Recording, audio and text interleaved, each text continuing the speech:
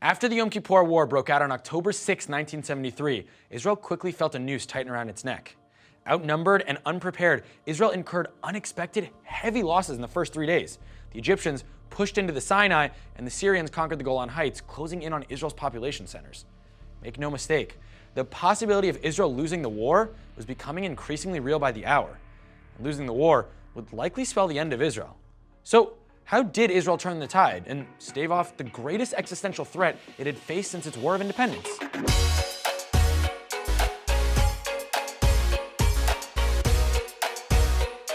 In choosing not to strike first, like Israel had done successfully in 1967, an uncertain Golda had relied on the advice of Defense Minister Moshe Dayan and many of her high-ranking military advisors.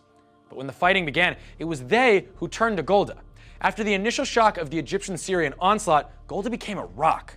Despite Israeli losses, and before Golda really had gathered her own strength, she still put on a strong appearance for the worried Israeli public.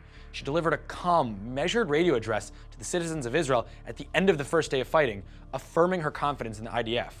Golda not only reassured the public, but galvanized the leadership into action. She was called upon to make key strategic military decisions, which she had never thought to be her strength.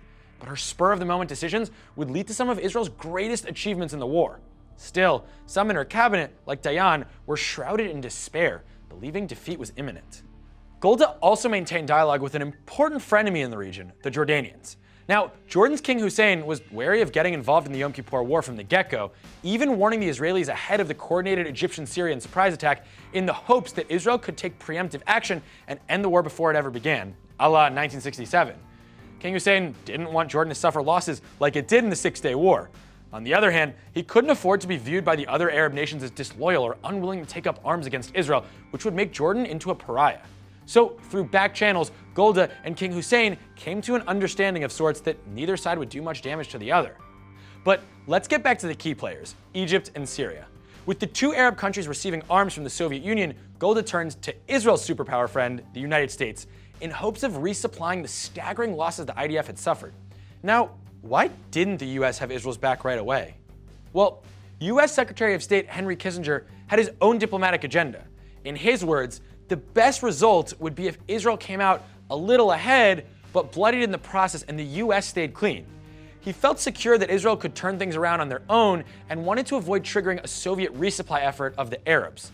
At the same time, by delaying US aid and allowing the Israelis to suffer losses on their way to eventual victory, the US would avoid totally alienating the Arabs. This, Kissinger hoped, could ultimately help him catch the Great White Whale, a permanent Middle East peace plan negotiated by Kissinger himself, in which both Israel and the Arab states would land on America's side of the Cold War.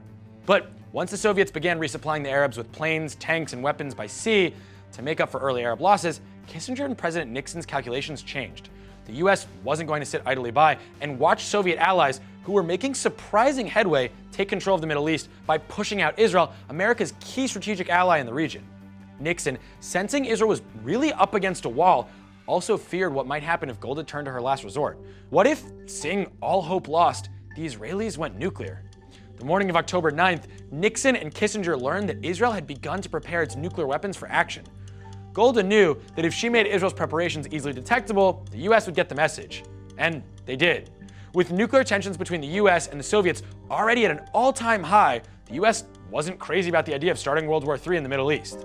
So, on October 12th, nearly a week into the war, Nixon ordered the military to prepare a massive shipment of arms and supplies to Israel. This would come to be known as Operation Nickelgrass.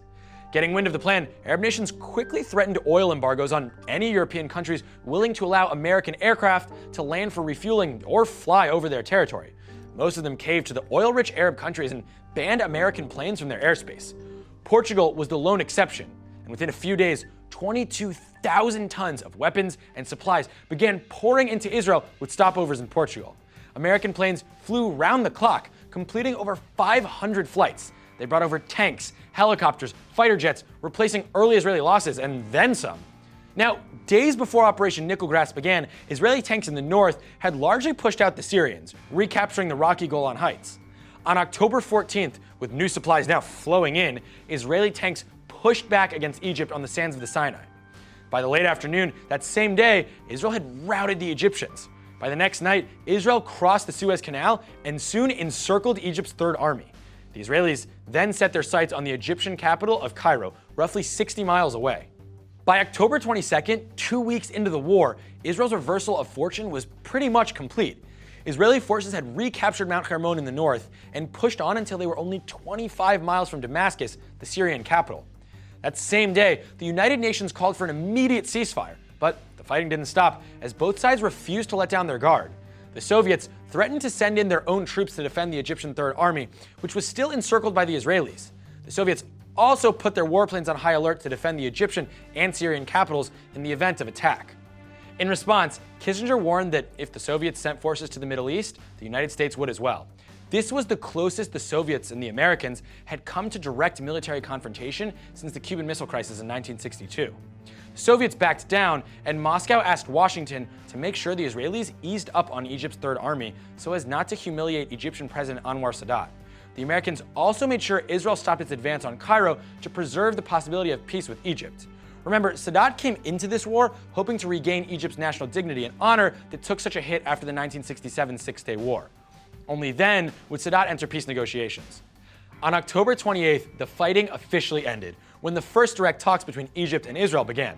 Israeli Major General Aron Yariv and Egyptian Major General Mohammed El-Ghamasi shook hands and began negotiating. During the talks, some Egyptian and Israeli soldiers actually emerged from their camps and began meeting daily to brew coffee, play backgammon and soccer, and show off photos of wives and girlfriends. These relations were pretty astounding, not just because of the bloody war that preceded them, but because, despite the ceasefire, some of these soldiers were still periodically shooting at each other in the evening. Now, it would appear Israel won the war, especially considering the numbers, right? In total, Arab casualties have been estimated at over 8,000 dead and over 19,000 wounded, though some estimate twice that. The Egyptians took the worst of it. The Israelis, on the other hand, lost 2,656 soldiers with another 7,250 wounded. Yes, that's far fewer than the Arabs, but that's also triple the casualties Israel saw in the 1967 Six-Day War. And in that war, Israel secured a lightning-quick victory, tripling its landmass. While in this war, the Israelis were run ragged. Still, Israel's military showed outstanding resiliency in staging an epic comeback after such a disastrous start to the war.